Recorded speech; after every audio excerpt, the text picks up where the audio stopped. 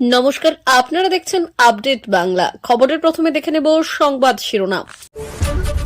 বকেয়া শোধ না করলে এবার আর রক্ষে নেই, ঋণ নিয়ে কঠোর নিয়ম আনল পশ্চিমবঙ্গ সরকার। 600 কোটি টাকা নিয়েছেন মমতা বন্দ্যোপাধ্যায়, মুখ্যমন্ত্রীর বিরুদ্ধে বিস্ফোরক অভিযোগ শুভেন্দুর।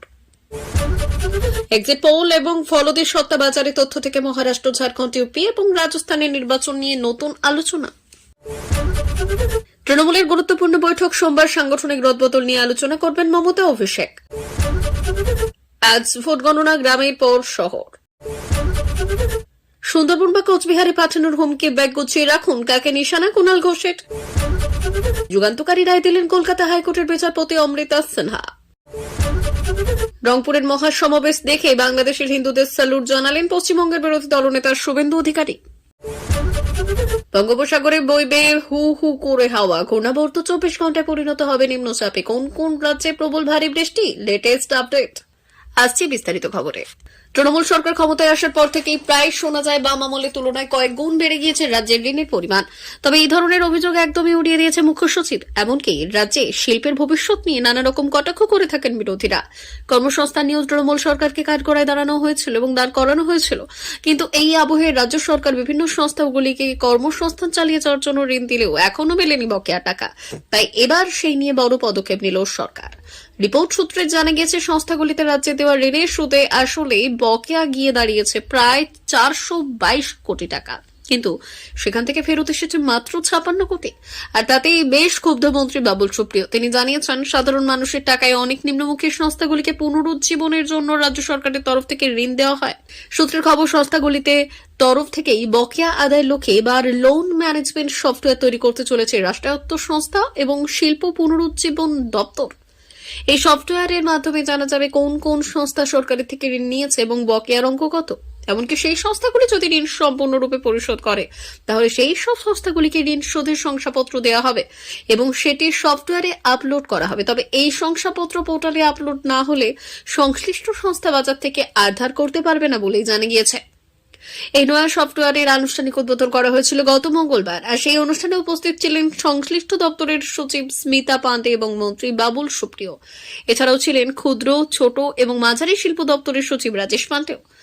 জানা গেছে, এই সংস্থার সঙ্গে যুক্ত থাকছেন রাজ্যের প্রিন্সিপাল অ্যাকাউন্টেন্ট জেনারেল, অর্থ দপ্তর, ঋণ নেওয়া সংস্থা। আশা করা হচ্ছে যে নয়া এই ব্যবস্থার মাধ্যমে রাজ্য সরকারের দ্রুত ঋণ মেটাতে বাধ্য হবে সংস্থাগুলি। স্মিতা জানিয়েছেন, বহু পুরনো ঋণের নথি ডিজিটালে তোলা যেত না, নথি হিসেবে রাখা হতো। এতে 80-90 দশকে দেওয়া ঋণের নথিও রয়েছে, সেগুলিও পোর্টালে তোলা হচ্ছে। রাজ্যের রাজনীতিতে ফের উত্তাপ, মুখ্যমন্ত্রী মমতা বন্দ্যোপাধ্যায়ের বিরুদ্ধে বিস্ফোরক অভিযোগ আনলেন বিরোধী দলনেতা শুভেন্দু অধিকারী। তৃণমূল কংগ্রেসের বিরুদ্ধে নির্বাচনী বন্ড থেকে লটারি কেলেঙ্কারি পর্যন্ত একাধিক দুর্নীতির অভিযোগ তুলে সরব হয়েছেন তিনি।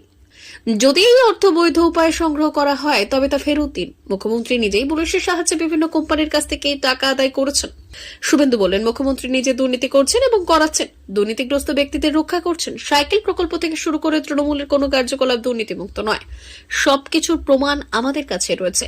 শুভেন্দু অধিকারী মুখ্যমন্ত্রীর সাম্প্রতিক মন্তব্য নিয়েও কটাক্ষ করেছেন। তিনি বললেন, মুখ্যমন্ত্রী বলেছেন সিআইএসএফ এর একাংশ টাকা খাচ্ছে, দোষ হচ্ছে তৃণমূলে। আসলে তিনি নিজেই ড্যামেজ কন্ট্রোল করতে চাইছেন, ভোটের আগে নিজের ভাবমূর্তি উদ্ধারের চেষ্টা করছেন। শুভেন্দু স্পষ্ট বার্তা দিয়েছেন, ভোটের আগে সব তথ্য জনগণের সামনে তুলে ধরা হবে। মহারাষ্ট্র এবং ঝাড়খণ্ড বিধানসভা নির্বাচনের ফলাফল 23 নভেম্বর ঘোষণা করা হবে। এই নির্বাচনের আগে এক্সিট পোল এবং ফলদের সত্তা বাজারে তথ্য দেখাচ্ছে যে ফলাফল ভিন্ন হতে পারে, যা রাজনৈতিক মহলে আলোড়ন সৃষ্টি করেছে।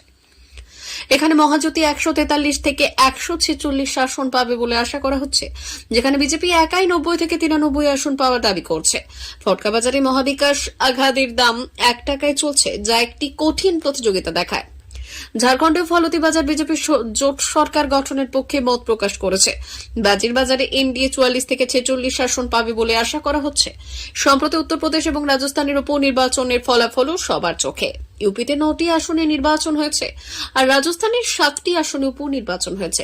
বাজিবাজারের তথ্য অনুযায়ী বিজেপি ইউপিতে 5 থেকে 6টি আসন পেতে পারে, যেখানে এসপি 2 থেকে 3টি আসন পেতে পারে বলে আশা করা হচ্ছে। রাজস্থানে বিজেপি 5 থেকে 6টি আসন পাবে বলে আশা করা হচ্ছে। অন্যদিকে কংগ্রেস এবং অন্যরা 1টি আসন পেতে পারে। মুখ্যমন্ত্রী মমতা বন্দ্যোপাধ্যায় আগামী সোমবার 25 নভেম্বর কালীঘাটে দলের জাতীয় কর্ম সমিতির বৈঠক ডেকেছেন। এই বৈঠকে মমতা বন্দ্যোপাধ্যায়ের সঙ্গে উপস্থিত থাকবেন দলের যুবনেতা অভিষেক বন্দ্যোপাধ্যায়। তৃণমূলের সাংসদ বিধায়কদেরও এই বৈঠকে উপস্থিত থাকার নির্দেশ দেওয়া হয়েছে। দলের সংগঠন সংক্রান্ত সিদ্ধান্ত গ্রহণের জন্য বৈঠকটি অত্যন্ত গুরুত্বপূর্ণ বলে মনে করছেন তৃণমূল নেতৃত্বের একাংশ। দীর্ঘদিন ধরে তৃণমূলের সাংগঠনিক রদবদল নিয়ে আলোচনা চলছিল। সেই রদবদল কি এবার সত্যি বাস্তবায়িত হবে তা নিয়ে সংশয় কাটতে পারে এই বৈঠকের মাধ্যমে। সোমবার থেকেই রাজ্য বিধানসভায় শীতকালীন অধিবেশন শুরু হচ্ছে, তেমনি লোকসভাতেও অধিবেশন শুরু হবে। সুতরাং এই দিনটি রাজনৈতিকভাবে অত্যন্ত গুরুত্বপূর্ণ। তবে বিধানসভার প্রথম দিনটি সাধারণত শোক প্রস্তাব পাঠ করার মধ্যেই সীমাবদ্ধ থাকে। তাই অধিবেশন শুরুর দিন পরবর্তী সময় তৃণমূলের বৈঠক অনুষ্ঠিত হবে। মমতা বন্দ্যোপাধ্যায় বৈঠকে সাংসদ এবং বিধায়কদের জন্য প্রয়োজনীয় নির্দেশনাও দিতে পারেন।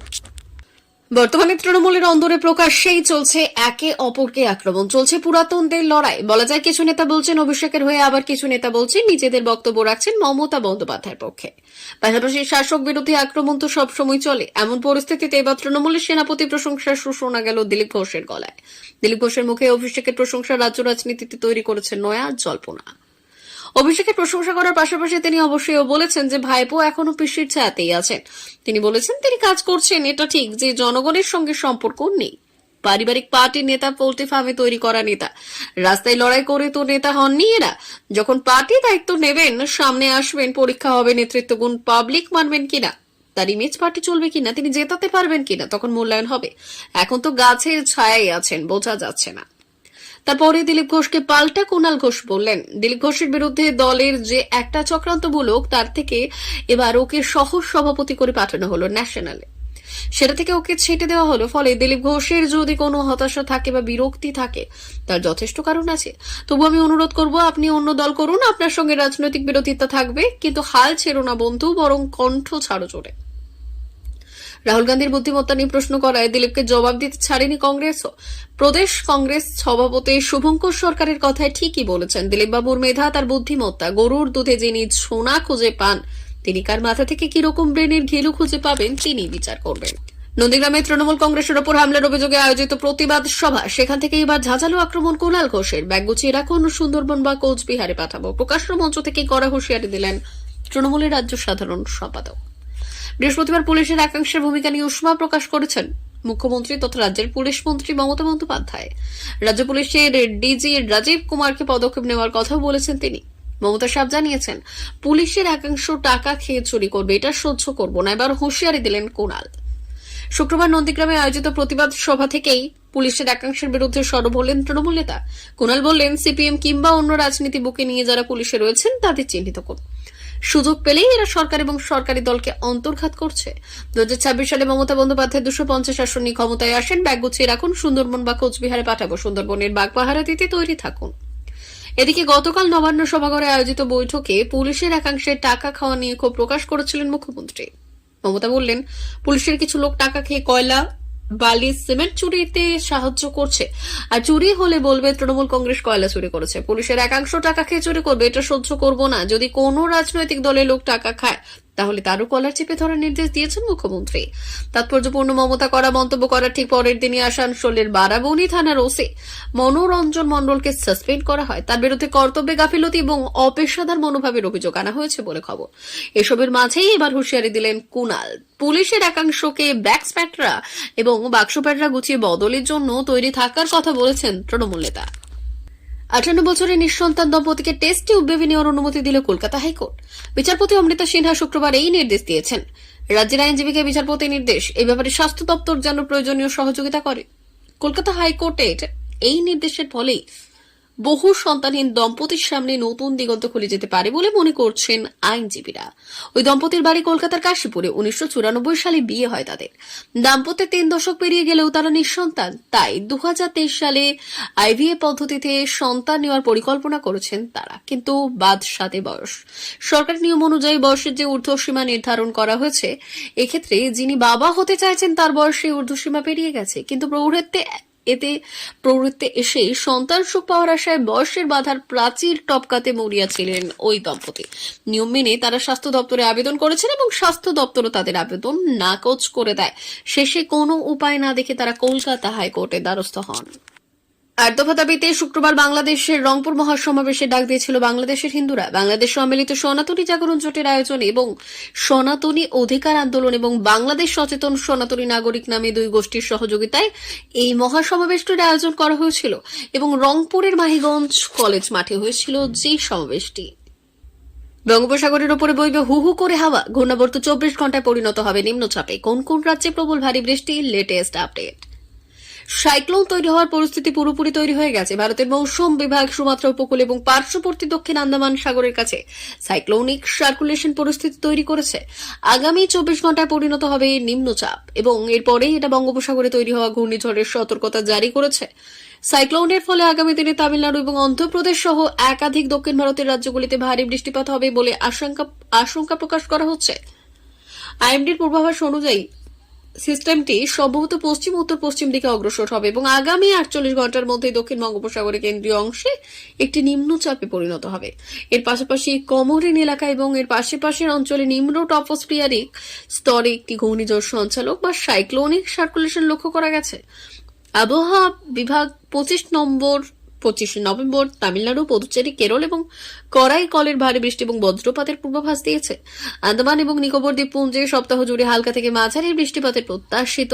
এছাড়া অসম, মেঘালয় এবং উত্তর পূর্বাঞ্চলীয় রাজ্য নাগাল্যান্ড, মণিপুর, মিজোরাম এবং ত্রিপুরায় 22 নভেম্বর হালকা থেকে মাঝারি বৃষ্টিপাতের সম্ভাবনা রয়েছে। প্রিয় দর্শক, এখনকার মতো খবর এই পর্যন্তই। ধন্যবাদ।